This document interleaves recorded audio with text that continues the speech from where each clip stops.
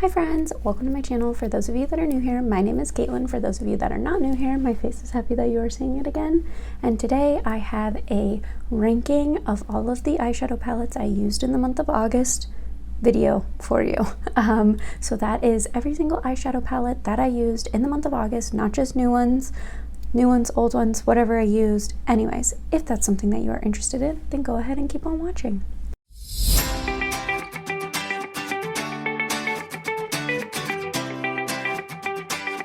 Okay, so if I counted correctly, I have 23 eyeshadow palettes that I used in the month of August. I did get more into using like 2 or 3 eyeshadow palettes for one look type of thing, so I think that's why that number went up. I know we were on like a steady like 17 streak for a while, but anyways, if you like ranking videos, make sure to give this video a thumbs up and subscribe. That's pretty much the only videos I do. I'm trying to figure out a balance of like filming videos, planning my wedding, working, and all of that. So yeah, that's why I haven't been filming as much, but really we do a lot of ranking videos around here, so if you're into that, make sure to like and subscribe.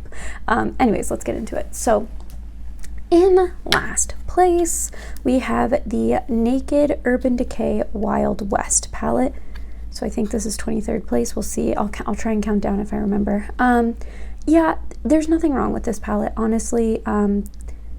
It's just that it's only okay, and I like every other eyeshadow palette I used like more than okay. I do love the packaging on this palette. That's really what made me want to buy it, and I like that it's like a Wild West theme because I live in Arizona, so like I'm into the Wild West. Anyway, yeah, it's just not super exciting. I haven't ever done a look with it that I've been like, wow, you know, like that look is amazing and whatever. So anyways, next up is the Milk Cosmetics Brunette palette. I'm gonna stop complaining about my packaging ripping because I talk about it every video. That was the last time I'm complaining. Anyway, this one's just kind of similar. It's sort of boring. It is nice when I want just like a basic neutral palette. This is the one that I kind of just want to grab and do something really quick with. So it's not that this one's a bad palette. The quality of it is actually really good. It's just kind of a boring color story that I don't vibe with as much. Next up is a color story I vibe with, but a formula that I don't. This is the Urban Decay Naked Ultraviolet palette. I love this color story and I want to love these shadows. I just don't. Every time I do a look, I'm like, it turns out again okay. I just would like it, I'd like it to be more than okay, but so I really want to like this palette more than I actually do, but it's, you know, it is what it is. 20th spot is the Alien Cosmetics Strawberry Milkshake palette. The color story is super cute. It reminds me of my childhood bedroom, which was like this pink and green color. Yeah, but it's, you know, the color story isn't, I don't know, I just don't reach for this one as much. It doesn't inspire me as much, so it's lower, although the packaging is really nice and the shadow quality is really nice, and I liked all the looks I've done with it, so there's really nothing bad about this palette. It's just in the 20th spot, I guess, based on the colors, my feelings on color stories today. I don't know. This is the number 19 palette. This is the Honoree palette from Muse Beauty. She's kind of boring, but this pinky like tone, and then I feel like with the blue and the green and the yellow, I've just enjoyed reaching for it, and I really love Muse Beauty's formula and their packaging and theming and everything like that, so I think that's what gave this one like a slight push over the Strawberry Milkshake, but it's kind of the same thing as the Strawberry Milkshake. Like, it's nice, the color story doesn't inspire me quite as much, but the quality is great. Number 18 is the Huda Beauty Wild Obsessions Tiger palette. I will be totally honest, I've only used this palette once, so I don't feel like this is a great assessment of it. When I used it the one time, the shadows worked perfectly fine. I have not used this like center kind of like multi-chrome duochrome shade, which I am curious about. But yeah, overall the quality of the palette seems good with the shadows I've used so far. But because I've only used it once, it just kind of like landed here because I haven't formed a full opinion of it, you know. Same for the Wild Python palette. That is what that one looks like. Again, nice palette. Haven't used every shade yet. I liked the look. This one I feel like is somewhat at a disadvantage because the look I did with it, I was on like a super huge rush, and so I just kind of like slapped it on. It worked for that, which is always nice. It's nice to have palettes where, especially colorful ones, where you can just like kind of slap it on and go. So yeah, need to play with that one more. Next up is the Huda Beauty Chocolate Brown Obsessions palette. I really like this one, but it's just, again, it's like a neutral palette. The reason I like this one more than the other neutral palettes is because it does have this like purpley and pinky tones that come into it, so I feel like it makes it slightly more interesting. And as someone with green eyes, I really like when palettes have like a purpley, like neutrals have like a purpley tone to them. Next up is the Huda Wild Chameleon palette. I've actually also only used this palette once, but this one got ranked higher because that purple shimmer shade is so nice. And I just really love the color story of this one, and I can't wait to play with it a little bit more. This one I have used multiple times. This is the Wild Jaguar palette. This is the one I've continued to reach for. Mine broke on shipping, but anyway, I love the color story of this. Again, this is like neutrals with like purpley tones in them. I think this palette's really nice, and I am a big fan. I think this is 13. I don't know. This is the Milk Cosmetics 420 palette. I don't feel like I have as many issues as other people do with this palette, but it is somewhat finicky, so there does require some finessing if you're going to use it, but I think the color story is stunning, and I really enjoy using this palette whenever I do use it.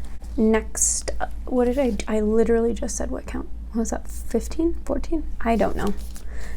This is the Lime Crime Venus XL2 palette. I almost decluttered this palette like a year ago, and then Make Me Up Missa did like some looks with it, and I really wanted to recreate them, so I kept it, and then I really liked those looks, so then I kept it longer, and I just keep going back to it. I really like this palette. I like this color story. I've had this palette for a couple years now, and I haven't noticed any changes in like the quality or anything like that, so big fan of that palette. Next up is the Moonspell palette by Lunar Beauty. First of all, this packaging is amazing. Yeah, I really love this palette. I've gotten some purple shadows that I like this used to be my favorite row to do looks with, this purple row. I've gotten some palettes that I've been like enjoying using the purples a little bit more, so that's why this one isn't as high as it would have been in the past, but overall I still think it's a really nice palette. I really enjoy this color story, and I'm looking forward to spooky season because I usually end up using this palette a lot more around then.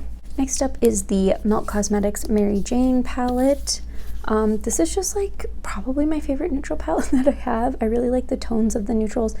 They are not purple, so I know I said that earlier, but I feel like just with this like green kind of tint to some of them, I don't know, I really like them. And then I like how the shimmers are more of like a refracted sort of like light than like a traditional shimmer. I really like this palette. Next up is the Lunar Beauty Eternal Eclipse palette. I just think this palette's a really nice like neutral with blue palette. The mattes all perform nicely. The shimmers are really great. It's a good sort of like reliable palette to go to for different neutral looks. So really like that one. So I have 8 left. So like 15. Oh my god. I don't know how I counted these. I think I was off this whole time. Anyways, next up is the Alien Cosmetics Don't Be Jelly palette. This palette is all like multi-chromes and shimmers, but the shimmer shades are so special. I love them, and I love the multi-chromes in here, and yeah, this is a really good palette. Next up is the Alien Cosmetics Lure palette. The reason this one got up a little bit higher, so it does also have the special shimmery shades like the Don't Be Jelly. It does not have the multi-chrome, but I feel like it has mattes in it, so this is more of a standalone palette than the Don't Be Jelly palette. The Don't Be Jelly palette I always end up having to use with one of my other palettes that has matte options, at least for how I do my makeup. So yeah, but really like this palette as well.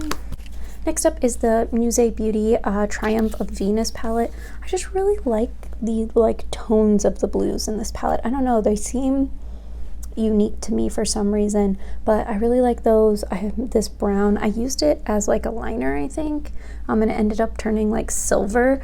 It was really cool, but overall, really like this palette. Looking forward to kind of playing with it a little bit more. Next up is my Natasha Denona Zendo palette. This is just a fun palette. I feel like it's kind of replaced the Urban Decay Born to Run palette in my heart because of the like cool tones and the warm tones. But overall, I really enjoy this palette. It's kind of the standard Natasha Denona formula. Has great cream to powder shades in here, which is my favorite formula of hers. Next up is so now we're that was the top 5. So the Natasha Denona palette was number 5. This is number 4. This is the Lowest Cosmetics Meet Me in the Underworld palette. Something about this color story. I don't know. I love it. I love the theming. The shimmer shades are so metallic. And then the mattes all performed great. And yeah, I really, really like this palette. I'm super into Greek mythology though, so I think that's like part of what really gets me about that palette. Ready for the top 3? Can you guess what's in the top 3 or the top 1? Pause the video, leave a comment, see if you're right. Okay, number 3 is the Beauty Bay Wilderness palette. This palette is freaking beautiful. I love it. Their shimmer shades are great, their matte shades are great, and it's only $15. Yeah, I love this palette. That's it. The only reason, because I debated putting this one number 1, and the only reason it's not is because it is new to my collection and the other 2 palettes aren't as new, and I just felt like I have used them more, like want to use them more often than this one. So I don't know, we'll have to see, but this one could easily scoot up the rankings as the year goes on. Number 2 is the ABH Norvina Cosmetics Volume 5 palette. This one is a mix of purple and neutrals. I just really like this palette. I don't know, this color story really speaks to me. I have fun every time I use it. I like the way my looks come out. I like reaching for it for like neutral looks. I like reaching for it when I want more of a purpley look. So yeah.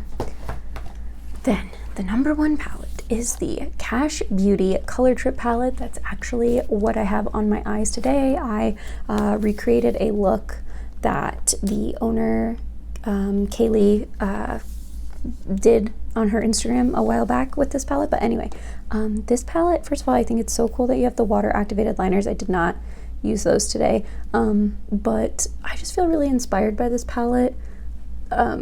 Today my inspiration was Kaylee herself, but I just think this palette is so cool and I have so much fun like looking at it and wanting to do different color combinations and try out different things with it. So overall, that's why this palette's number 1. I just am getting more inspiration from it than my other ones lately. And I'm trying to think what so the palettes that were new to me in August.